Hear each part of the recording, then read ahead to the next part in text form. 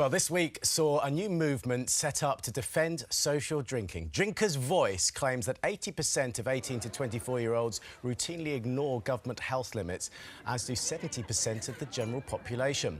The Department of Health often warns of the perils of drinking excessively, but says its guidelines give people information to make choices. But do we need to be told how much to drink? Well, joining me now are Tony Edwards, a writer and author of The Good News About Booze, Laura Willoughby, the founder of Teetotal Festival, Club Soda, and campaigner for mindful drinking, Amy O'Callaghan from the social drinking movement, Drinkers' Voice. And still with us is broadcaster Ajmal Masroor. Well, Amy, I'm going to start with you. What is wrong with having a little bit of guidance about healthy drinking levels? That's good for all of us, isn't it? Well, I think the problem is if you're going to issue some guidance but 70% of us don't listen to it, that's a problem that you've got already. And when you're going to issue guidance where it's among the lowest in Europe and you're using rhetoric around there's no safe level of alcohol, and you're also saying every time you pick up a glass of wine you have to think about the risk of breast cancer, that just doesn't resonate with people. But that's true, isn't it? Absolutely not. No, not at all. And there is definitely a small link between alcohol and breast cancer.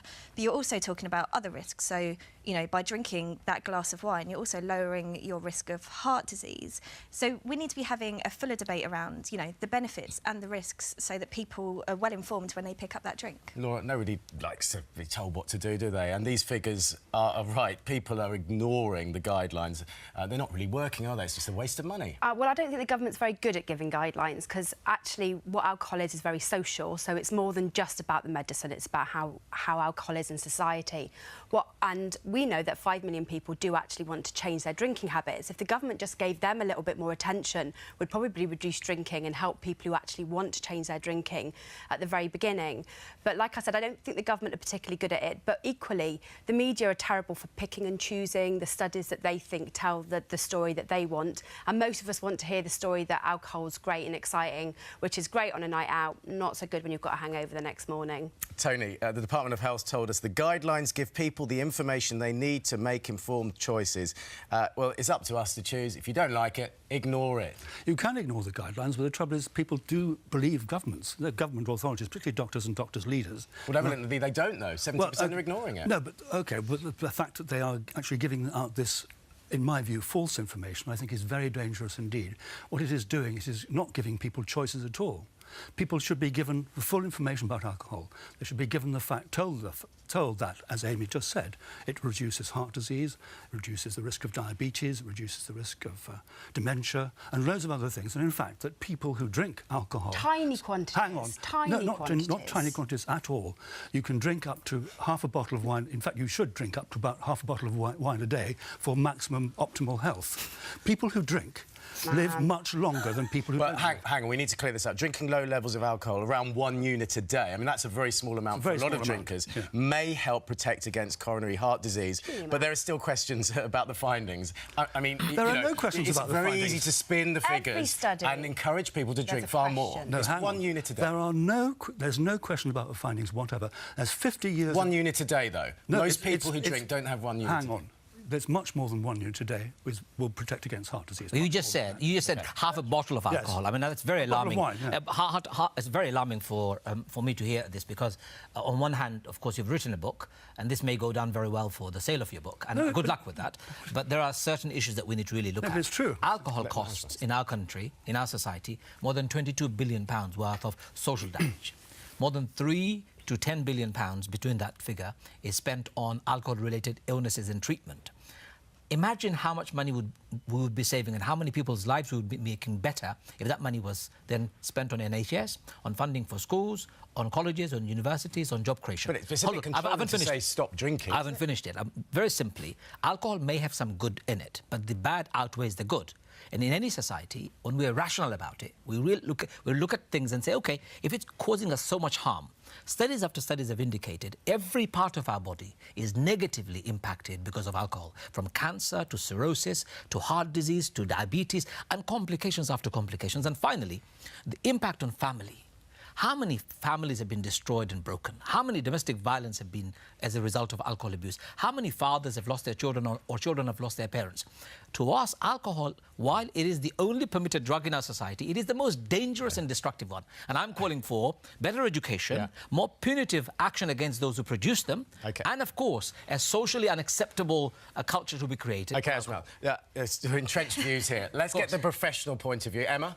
Well, let's talk to Dr. Saliha Mahmood Ahmed, who just happens to be this year's winner of MasterChef, but in her day job is a hospital doctor treating patients, including those with liver disease caused by alcohol. Good morning.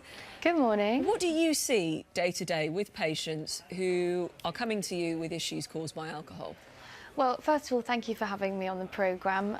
As a junior doctor, I work on the front line in the NHS, and that means that when patients come through the door through A&E, we see them and we admit them to hospital.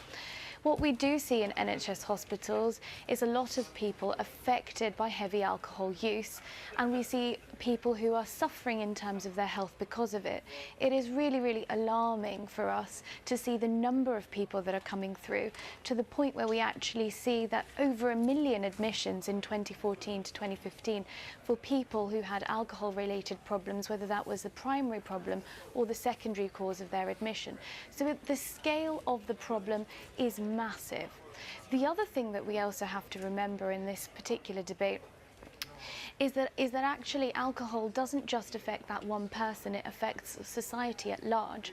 And we are seeing that the average age of patients with cirrhosis secondary to liver is much younger than it ever was before, averaging at about 55 years. And actually, liver centres are seeing much younger patients on waiting lists for transplants. So at one end of the spectrum, we are seeing the effects of dangerous levels of drinking and excessive alcohol consumption much more than we have done so in the past. And with that in mind, where do you think the guidelines should come from? Because there's evidence that the government guidelines aren't having the effect that they should. Then there's an argument that we don't need more government tips on this because people don't listen anyway. So what do you think, and where do you think those guidelines should come from? Well, I mean, as a junior doctor, one of the values which is instilled in me is to be able to give my patients the best possible information that I have available to me so that they can make informed choices.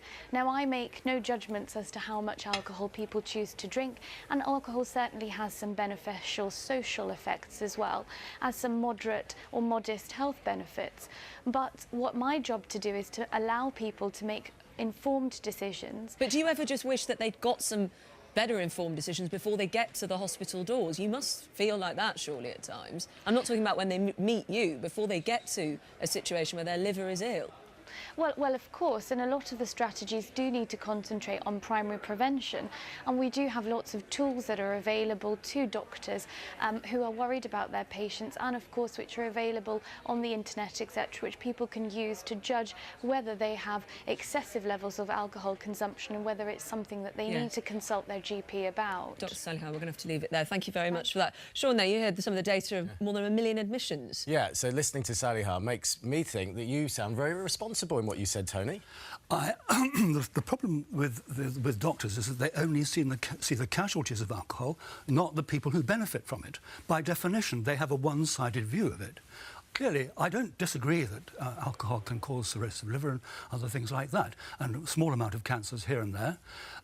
Liver damage amongst young people, does that not alarm you? Of course it's alarming, but you have to drink quite a lot of alcohol to have cirrhosis. But the figures show that more young people have liver damage. That is a problem. I think young people do overdrink by a large margin. Yes. Older people drink even more. They are the biggest drinkers in this country. Men of your age, actually, are the biggest drinkers in this country. But I think, regardless of what the stats say and what the selective, the reports that you selectively pick and choose from, or anybody on both sides, is that you know in yourself if alcohol is affecting you, if it's affecting your sleep, if it's affecting your weight, if it's affecting if you've got heartburn, if you're feeling sluggish and lazy. We all actually know when alcohol is impacting on this. And when you know that's the case, then you need to do something about it. And that's sort of where we sit in. We support people when they've made that decision. So regardless of all the studies, regardless of how many units the government puts on things, we know when alcohol is impacting on us, making us a bit annoying on an evening, ending up smashed 5 nights a week, But and do being we rude know? to people. Do we know? Do we react to that? Because actually, it's an addiction, isn't it? Once it gets to a certain level. Well, there are different levels. We're all psychologically addicted in some way, in large part in society, because we're in a very alcohol-centric society. We're taught from a very young age that to be happier we need drink, to be sad we need drink too. So we've got a bit of a whole societal addiction to that. That's very different to being dependent drinker. Okay. Most of us aren't dependent drinkers. We're taught to be happy. To be happy, we have to drink. To have fun, we have to have drink. I mean, this doesn't sound good, does it? Not necessarily, you know. I mean, I think it's well worth recognising that alcohol is part of celebration. There's a reason why, you know, champagne is the thing that comes to your mind when you think about newlyweds, big birthdays, great family get-togethers. I think that should be celebrated. Of course, not to the extent that Salia was just talking about, but I think just to come on Tony's point, doctors do only see that side of that, but what we don't do in the NHS is we don't record lives saved by moderate drinking. America did this in 2015, and they saw that 26,000 deaths were avoided through moderate alcohol consumption in the country. It's a bit early for people at home to start drinking, but they can get in touch, and Emma's across social media. Yes, they are getting in touch. Elaine says, we know that the chocolate bar is bad for us. We know that getting drunk is not good for us. We don't need it hammering into us at every turn. What happens is that people start to tune all this stuff out. Janet coming in, though, on the point about selective evidence here, saying if the evidence given by these experts was consistent year in, year out, we might take some notice. But the truth is there's a different warning every week, and then these experts move the goalposts 6 months later.